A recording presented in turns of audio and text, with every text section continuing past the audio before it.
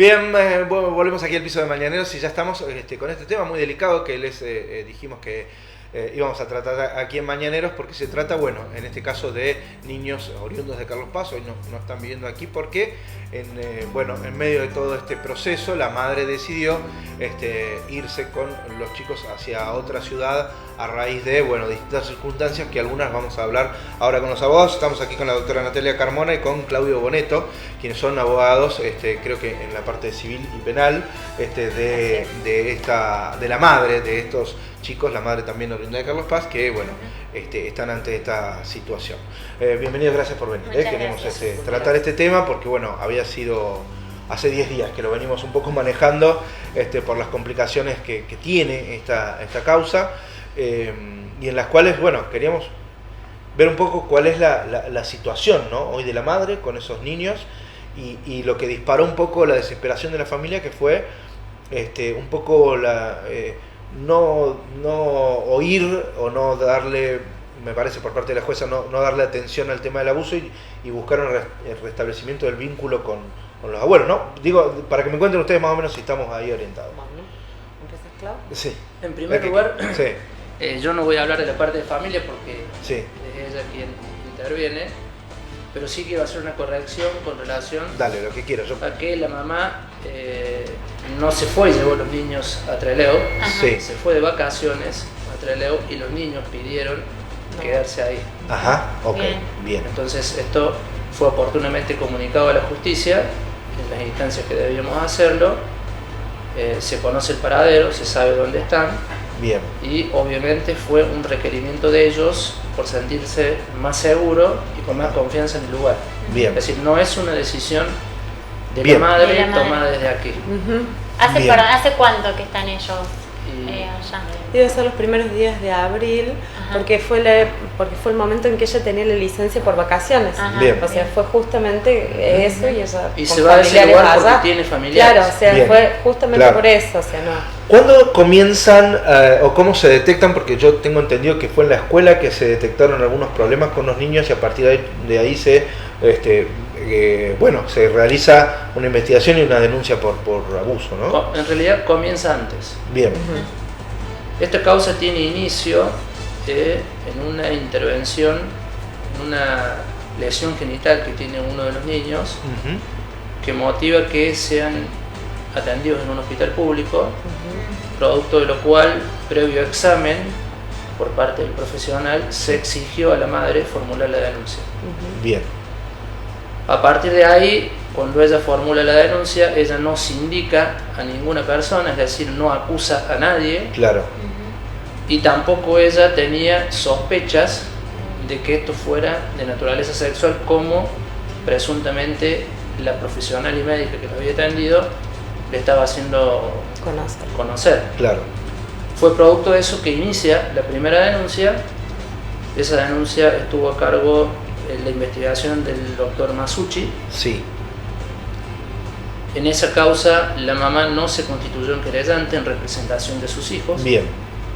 Quiero aclarar nuevamente que ella no acusó al papá en Claro, esa causa. en esa primera denuncia, bien. Y lo más grave de eso es que cuando se inicia la única cámara Gesell, porque eso era un solo menor que tenía este problema por el momento, cuando se inicia esa cámara Gesell, el niño tenía vinculación con el progenitor. Bien. De hecho, asistió con el progenitor. Bien. Producto de lo cual, lógicamente, el niño en la cámara Gesell no habló. Ajá. Bien. Esto es muy habitual. Claro. Muy normal, diría, Claro. cuando el vínculo del niño víctima con el agresor está subsistente, que no hable. Claro. Es lo más normal. Y además estando el progenitor presente. Presente y además dando explicaciones el progenitor de la lesión que el niño tenía. Bien. A mi juicio inverosímil, pero Claro. él dando explicaciones de esa lesión. Pregunto, ¿esto es habitual en las cámaras Gesell que los progenitores estén y hablen también? Que esté el supuesto agresor, no.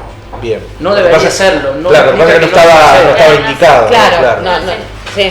Lo que Bien. no implica que no suceda. Bien, ¿No? ok.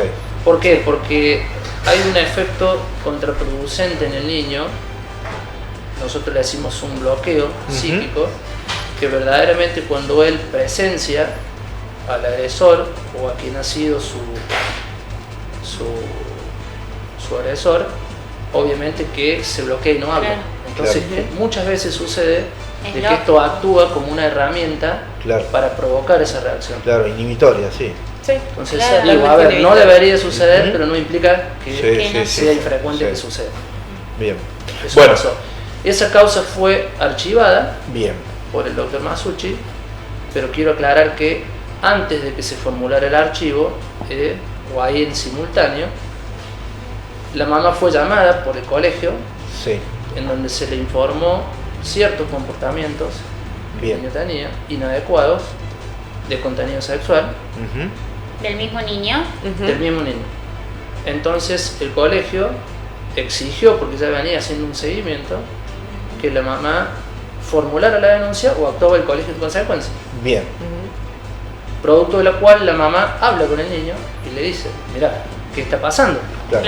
Niño de 7 años ya, ¿no? No. En ese momento tenía 6 Bien. años. Estamos hablando de una escuela de Carlos Paz también, sí. Escuela de Carlos Paz. Conductas presenciadas por directores, maestros, psicólogos de la institución, y con un seguimiento, la verdad, a mi juicio, bastante responsable de la institución. Bien.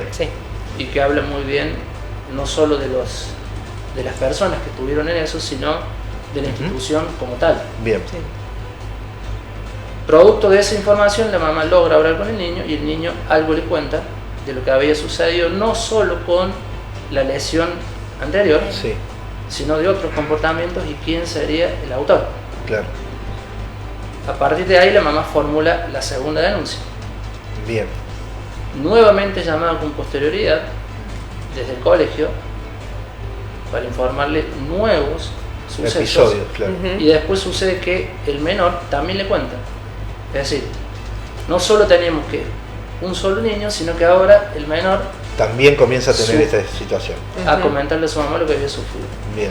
Esa segunda y tercera denuncia están a cargo de la investigación la doctora Jorgelina Gómez, que es quien está instruyendo hoy en día la causa. Se han llevado adelante algunas pericias en esa causa, no se hicieron cámaras Gesell por recomendación del ETIP, que es el equipo técnico del Poder Judicial que está a cargo de estas cuestiones. Y bueno, básicamente la prueba, a mi juicio, es contundente. ¿Y por qué no se hizo la cámara Gesell, perdón? Por la edad de los niños, recomendación del equipo. Primero uno por la edad y el otro porque ya había sido sometido a una previa. Claro. Entonces generalmente se evita revictimizarlos y tener que nuevamente exponer la misma situación o pasar por lo mismo. Bien. Entonces únicamente hubo una sola cámara Gesell. Bien. Y sí se hicieron pericias. Bien. El tema aquí, lo importante, que creo que a mi juicio es contundente, y lo ha dicho recientemente la Cámara de Acusación el día de ayer. Ayer o antes de ayer. Ayer o antes, el 5. 5, antes de ayer. Sacó una resolución sobre el primer archivo que había dispuesto el fiscal Masucci, en donde la Cámara de Acusación es verdaderamente lapidaria con relación a la valoración que se debe hacer de la prueba, porque la Cámara no solo que entiende que la lesión genital y el comportamiento sexualizado estaba presente, sino que además indica un resto de prueba objetiva que no es de la madre, que debía valorarse y que conducía inequívocamente al resultado que nosotros o que la mamá había denunciado en la segunda y tercera denuncia. Claro. El problema de esto es que justamente es una práctica habitual diseminar las causas, trabajar por separado. ¿Y esto qué implica? Que donde hay comunidad probatoria, que decimos nosotros, terminás discutiendo aspectos por un lado y otros aspectos por el otro, cuando debiera ser todo un conjunto. Toda una misma causa, claro. Entonces, en ese sentido, la Cámara de Acusación, que es el órgano de alzada competente para intervenir en estas cuestiones, dispuso la acumulación de esa primera causa con las dos restantes para que se trabaje en conjunto. Y todo caería en manos de Jorgelina Gómez. De la doctora. Bien. Bueno, a partir de allí me imagino que también se inicia el juicio civil, digamos, para la tenencia de los niños. No, en realidad ese proceso ya preexistía porque había cuestiones que ya se habían ido suscitando desde el momento del nacimiento de los niños. Esta pareja estaba separada hacía varios años, digamos, o sea, cuando ella estaba embarazada del segundo niñito, ellos ya estaban separados, o sea que en el medio se había suscitado cuotas alimentarias, regímenes de visitas, incluso la mamá en ese momento procuraba realmente la vinculación con el papá, creía que era lo mejor para sus hijos, y está eso constatado en el expediente. A partir de esta segunda denuncia, porque respecto de la primera la mamá no hizo nada porque no responsabilizó a nadie, o sea, ella no sabía qué había sucedido y dejó como que siguiera su curso, digamos, legal y fuera de ella, o sea, como lo que él le explicaba, que ella no se constituyó en querellante, que no participó en la investigación, claro, exactamente. Frente a esta situación de la escuela, frente a un seguimiento y una serie de comportamientos que ya uno empieza a atar cabos en un montón de cuestiones, entonces realiza una denuncia en violencia familiar que ordena una restricción. Esa restricción, que es para prevención de los niños y de la mamá, hace ineludiblemente que el régimen de comunicación esté suspendido, ¿no? Sí. Eso hasta ese momento fue lo primero que pasó. El papá pidió el régimen, viajó, volvió el expediente, el asesor interviniente mejoró un tanto la petición porque le dio una forma mucho más expeditiva que sería como medida cautelar y no como una cuestión más de más sustanciación, sino como algo, las medidas cautelares son algo que se resuelven muy rápidamente, ¿no? Sin debatir si va o no va, sino que rápidamente. Entonces es ahí que en octubre el juzgado de familia, que es el de segunda nominación, secretaría tercera, de la doctora Viviana Rodríguez y el secretario Boscato. De aquí de Córdoba. No, de Carlos Paz. De aquí de Carlos Paz, sí, de Carlos Paz. Dictan una resolución ordenando la revinculación con acompañante terapéutico, que es entendiendo que de esa manera se resguardaba la integridad de los niños. Y en este caso nosotros nos opusimos tanto con reposición como con apelación, que formalmente hoy ya se han expresado agravios en la Cámara de Familia en Córdoba, que es la competente, pero básicamente ¿cuál es el argumento más fuerte de esta situación? Más allá de todo lo procesal, más allá del proceso penal, el tema es que mientras no se esclarezca lo que está sucediendo, uno tiene que cuidar a esos niños. Y el juzgado de familia entendía que los estaba cuidando colocando un tercero, supuestamente resguardándolos de una agresión física, pero desconociendo que la violencia como tal se ejerce de diferentes maneras y no solamente físicamente. Físicamente es lo que se ve, es lo evidente, pero existen violencias de otro orden, como la simbólica, como la psicológica, porque solo un gesto, una mirada o la presencia misma de un agresor frente a una víctima provoca un daño. Más de que ya habían vivido un episodio. Claro, y es que además, si ya habían transitado todo un proceso penal, un año, sin cortar el vínculo, y de pronto los nuevos hechos los indican que estarían compartiendo con el agresor todo ese tiempo, imagínate todo lo que ha sucedido. Mientras tanto.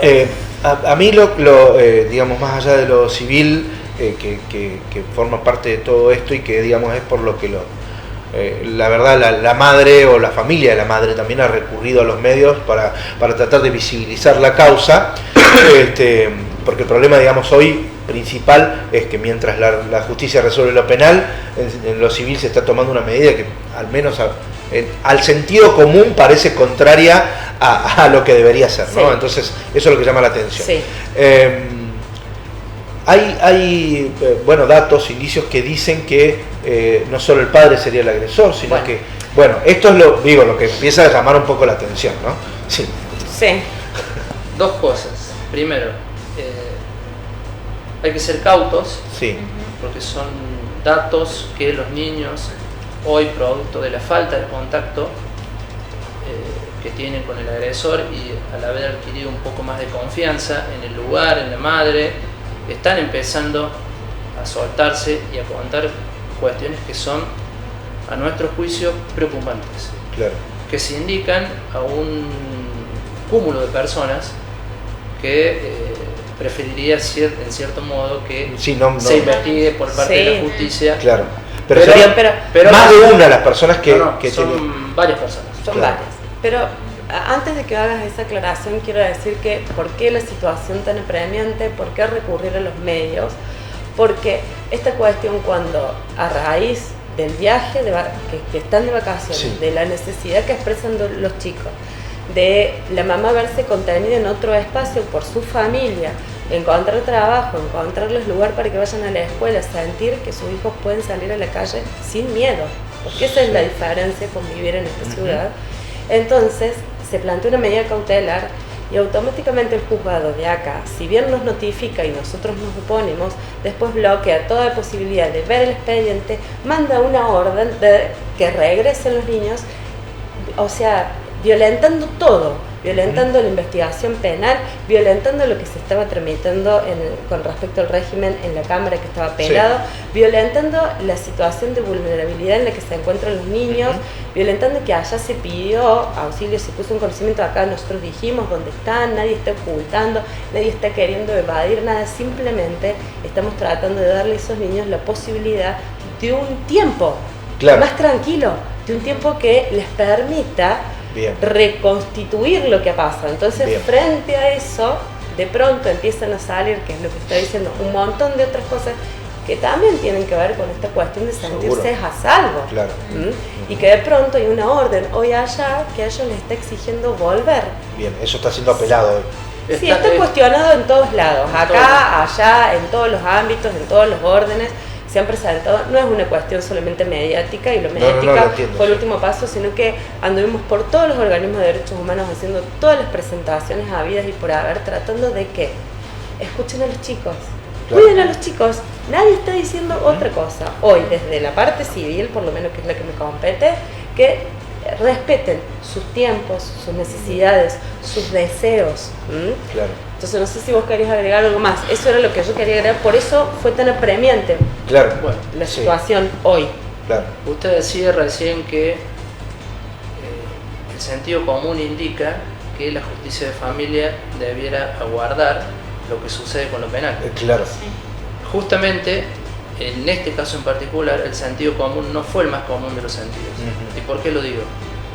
Porque en momentos que ordenan revincular a los niños con un régimen supervisado, nosotros dijimos que esa primera decisión de archivo estaba siendo cuestionada en la Cámara de Acusación, que es el órgano de alzada que tiene competencia para resolver estas cuestiones, no un tribunal de familia. ¿Me explico? Lo pusimos en conocimiento y a su vez dijimos que había otras denuncias más, que eran ampliaciones, con relación al mismo suceso. Entonces, ¿qué sucedió?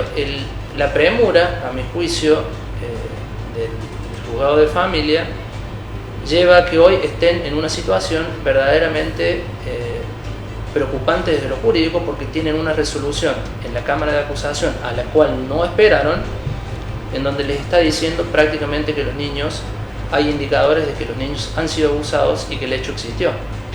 Y mientras tanto en familia tengo una orden que pide revincularlos de manera supervisada con el agresor, que si bien está suspendido, no obstante me ordenan traerlos de allá para que ese hecho pueda tener lugar. Y a su vez tengo también un régimen de comunicación solicitado por los abuelos en un lugar en donde el padre estaría presente, y además en donde también hay una ampliación de responsabilidad en la denuncia para ese círculo familiar.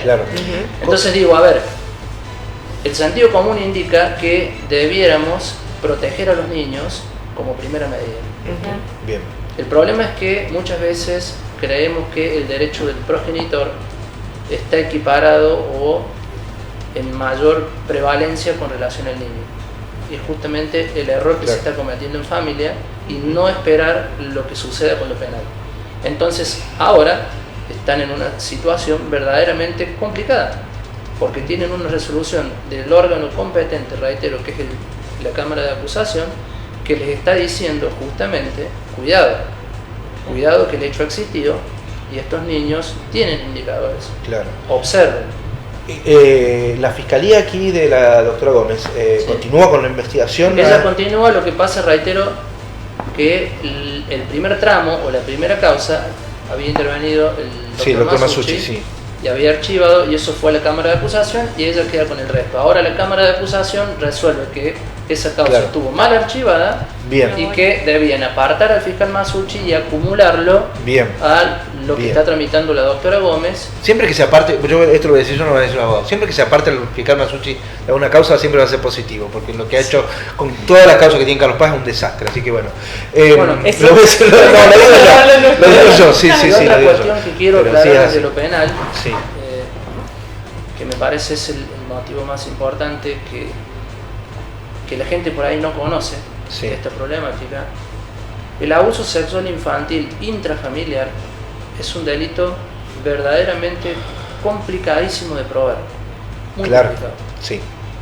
Sobre todo si se tiene en cuenta que el proceso penal está estipulado o creado para personas adultas y no niños. ¿Qué quiero decir con esto? Que nosotros colocamos a un niño en un proceso penal para adultos y pretendemos que el niño reaccione como adulto. Claro. Entonces, esta problemática del abuso sexual infantil intrafamiliar, que lamentablemente cada vez lo tenemos más. Hay mucho, y ya les voy a dar estadísticas, porque la última estadística, al menos yo tengo conocimiento, sí me han informado de manera extrajudicial otras, pero no tengo el documento, pero sí lo oficial es del año 2014 y le voy a pasar números. Sí. Pero lo que quiero decir con esto es que el niño que es víctima de abuso sexual infantil intrafamiliar expresa como puede los indicadores, no como nosotros queremos que él los manifieste. Nosotros queremos que él se siente en la cámara Gesell, en un lugar inhóspito, con una persona que no conoce, que muchas veces ni siquiera le comentó a su mamá de la situación vivida, y pretendemos que ahí lo cuente. Y muchas veces vinculado con el agresor. ¿Me explico? Sí. Y otras veces también en las entrevistas de las pericias psicológicas también sucede lo mismo. Claro. Entonces digo, el niño es un niño, no es un adulto. Y nosotros tenemos que prestar atención en la prueba de este tipo de casos a un sinnúmero de indicadores específicos que no necesariamente están en una cámara que es en una pericia. A mí me parece clave el seguimiento de la escuela, ¿no? Digo, también eso. La escuela, dibujos, comportamientos que los familiares observan. Es que los niños empiezan a tener comportamientos sexuales que no son habituales para niños de esa edad. Esto es muy simple. El niño cuando tiene este comportamiento sexualizado es porque ha normalizado una situación que no lo es. Exacto. Entonces él está exteriorizando eso. Entonces digo, las pericias son importantes en estas causas, pero no son determinantes. Bien. Porque pareciera ser que si la pericia, el niño la cámara Gesell dice, no existe. Esto no es así. No es palabra santa. Bueno, y a su vez tenemos otro error también, pero este es el principal y más grave error que se tiene en las investigaciones de este tipo y en la valoración de la prueba que se hace con estas cuestiones. Reitero, el niño expresa o exterioriza esto como puede, no como nosotros queremos que lo haga en una cámara Gesell o en una pericia. Hay que tener una mirada mucho más amplia de la cuestión y observar otras cuestiones. Pero a su vez hay que prestar atención en los organismos técnicos que tiene el Poder Judicial que están interviniendo en esto. Bien. Que eso hay que visibilizar y es el verdadero problema de estas cuestiones. Bien. Doctor, me decía usted que ¿cuáles son las estadísticas? Bueno, la última es del año 2014, en la ciudad de Córdoba. Hay una anterior de Carlos Paz, pero la que me interesa es la de Córdoba, en donde se habla de lo que es el abuso sexual infantil intrafamiliar y dice que el 53% se iniciaron causas en el año 2010 y se relevaron al año 2014, que es la última estadística oficial que yo tengo. El 53% casi de las causas que se denunciaban quedaban en estado de sumario. Es decir, la justicia no le daba una respuesta a las víctimas, o no les daba. ¿Esto qué quiere decir en la práctica? A ver, que verdaderamente el problema, puertas adentro de la institución, está siendo no visibilizado.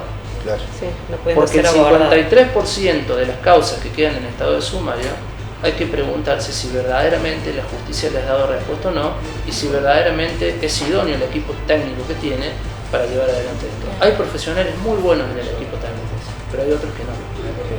Porque se tiene una concepción de trabajo, justamente, que es lo que yo digo, una concepción totalmente distinta, en donde para desacreditar a los dichos del niño o de la madre se recurren a distintas técnicas, como es el SAP. El SAP es el síndrome de alienación parental, en donde básicamente se concluye que al niño se le inocula una determinada idea y el niño la reproduce, y eso verdaderamente está prohibido, no tiene científicamente ha sido reprobado, pero se está utilizando sin decirlo. Entonces básicamente, ¿qué terminan diciendo? Que la madre es una mentirosa, que el niño miente, y justamente esa es la razón por la cual el 53% de estas causas, que es muy difícil de probar, no tienen respuesta. Claro. Entonces lo que hay que prestar atención verdaderamente es que el 53% de las personas que denuncian no mienten o no están locos. Claro. El problema es que no se está visibilizando el problema que hay dentro de la justicia, en los organismos técnicos, que no son todos, para visibilizarlo. Sí. Y estos niños son víctimas de eso.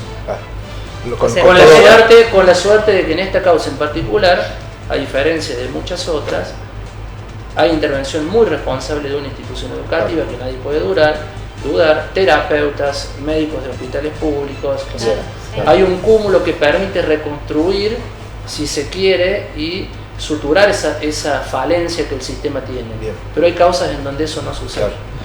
Bien, doctores, muchísimas gracias, por venir. Nos interesaba desde la producción, sobre todo, fueron muy... Quiero hacer una reflexión última, sí, para que entiendan la gravedad de estas cosas. Yo soy insistente porque soy bastante preocupado en la problemática y ocupado.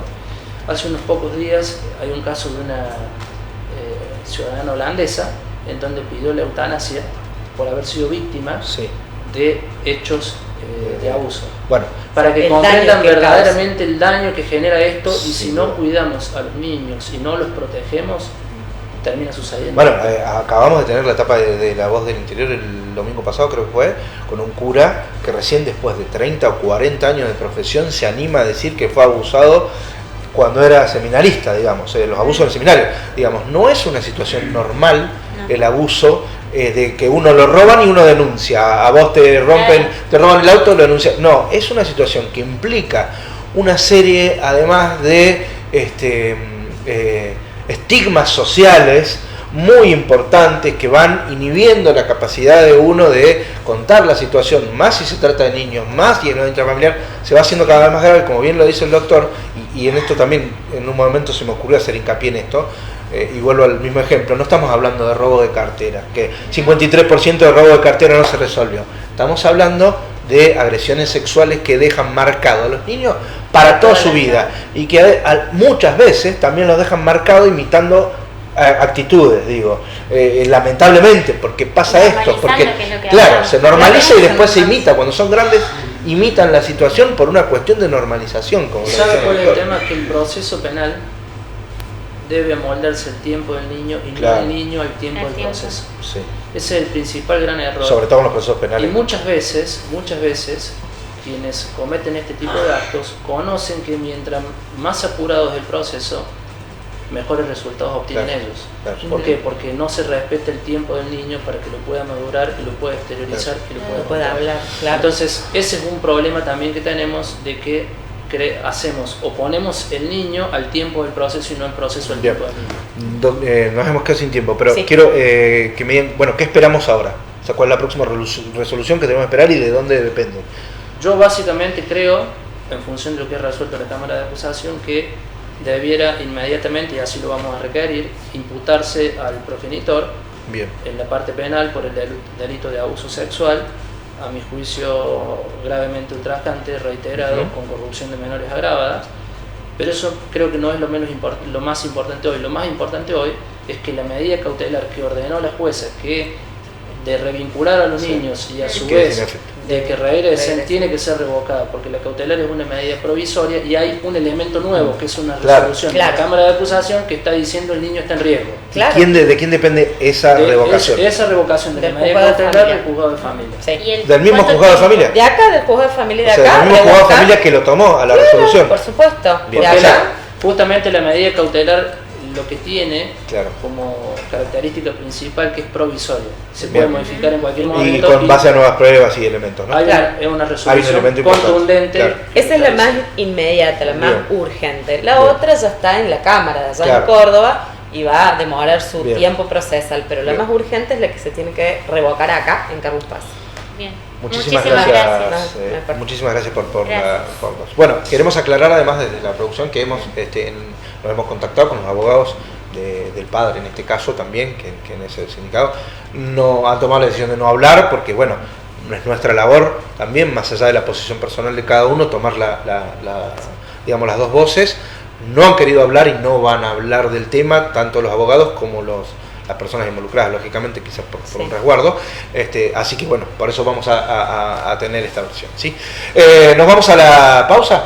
Sí, Mari, ya lo tenemos a Raúl Dale, Ceballos. ya lo tenemos a Raúl Ceballos, nos vamos a meter un poco en el cine. Estaba el doctor Lucchesi por aquí, también no sé si se ha quedado, se tuvo que ir, pero bueno, el tema lo ameritaba. Nos vamos a ir a la pausa, en un rato también llega Jessica Farías, bueno, muchísimos más mañaneros para compartir con ustedes. Ya venimos. Mañaneros, mañaneros.